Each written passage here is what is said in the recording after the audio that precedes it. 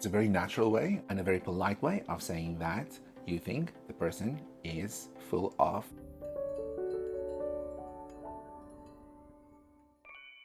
Hello and welcome to another video with Tai the Test Queen. Today I am going to teach you 10 useful phrases that you can use in your daily speech, some of them in writing, to improve your scores for TOEFL, IELTS, or any other proficiency test that you might want to take in the future. They can also improve your general speaking and they will help you a lot. Some of them you can use in writing, but mostly this is for speaking. The first one, and this is one that you can use for writing and speaking, is as far as I'm concerned. As far as I'm concerned. This is a way to express your opinion and to tell the listener or the reader how you feel about a certain subject or a certain topic. So remember, as far as I'm concerned, TOEFL speaking is a little bit harder than IELTS speaking, but IELTS reading is a little bit harder than the TOEFL reading section. That is just an example, but that is how you can use as far as I'm concerned. The next one,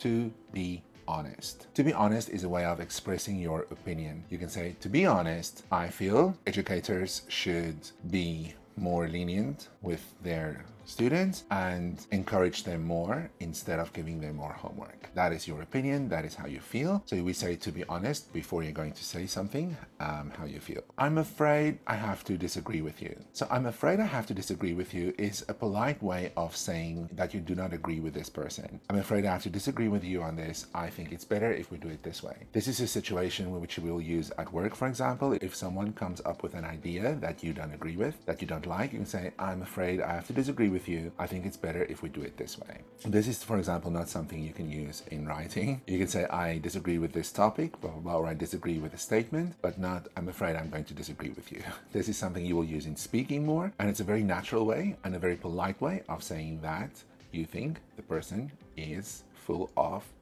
It's a double-edged sword. It's a double-edged sword. So you can use this one in speaking and writing. It's a double-edged sword means a sword has two edges and both of them are sharp. So it's a double-edged sword means there are both positive and negative aspects. Even though it might be a good idea to do this, you cannot ignore the negative aspects or the negative side. So even though there might be benefits, there might also be drawbacks. It's a double-edged sword. We use it for saying two things. This could be used in writing. For example, when you know those typical templates that people use on one hand, blah, blah, blah, and then on the other hand, you can start off by saying it's a double-edged sword. On one hand, this, and on the other hand, this. Double-edged sword. It's not my cup of tea. If you say that you're not particularly fond of something, if you don't like something, you say, it's not my cup of tea. For example, if you do an IELTS speaking test and they ask you what's your favorite novel, then you can say, reading is not really my cup of tea, although I do remember reading this one book in school and it was about this, and this, and I really liked it. So try to say something. Start it off by saying, it's not my cup of tea. It's an idiomatic expression that sounds very natural. It doesn't sound tropey. Is tropey a word? It doesn't sound like a cliche. It just sounds normal. I couldn't agree more. I couldn't agree more. When you do the writing, you can say, I couldn't agree more with the statement because I believe this is true for these reasons. When you do a speaking test, you can say, I couldn't agree more. So here, I break up the sentence in my speech. I don't say, I couldn't agree more with this statement. That's not going to sound impactful. So I would say, I couldn't agree more with you. I couldn't agree more with the statement. I honestly believe this is very true. So it's a very strong way. Not a strong way, it's a very strong sentence. That means you honestly, really 100% agree with this person, with the statement, with what they're saying. It's a no-brainer. It's a no-brainer is something that is very obvious, something that you don't need to explain. Do you think students should get less homework? It's a no-brainer. In my opinion, I feel students in schools are overloaded with the amount of work they have to do both in and out of school, and I think they should definitely have more time to explore their creativity, to have fun, to play, to meet their friends. For me, it's a no-brainer. I think less homework is the answer. In a nutshell is when you summarize something. So this could be very, very valuable for writing.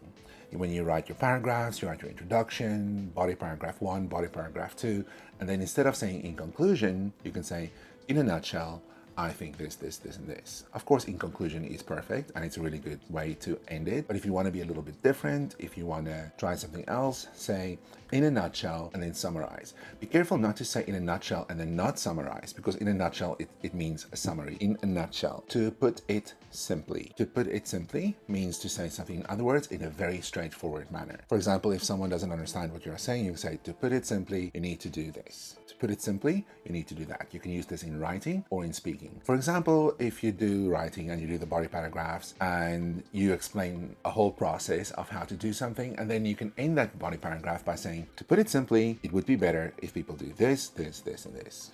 To put it simply. The last one, it's high time. It's high time means it's about time. You can also say it's about time, but it's high time means this should have been done a while ago. For example, it's high time I do a video about idioms or phrases and expressions, because they are very important for your English skills to sound more like a native speaker. So it's high time, it's about time. I should have done this before. It's high time I do the test. I've been studying for 3 years now. It's high time I book my test date. In a nutshell, these are idioms and phrases you can use, and you can use them in writing and speaking. Most of them in writing, all of them in speaking. But use them often. Some of them are very common, but they're very common for native speakers. So if you use them, you will sound more like a native speaker. If you have made it to the end of this video, thank you so much for watching. Please like this video, please subscribe. I would appreciate it very much. And little heart, little friends, I will see you next time. Mwah!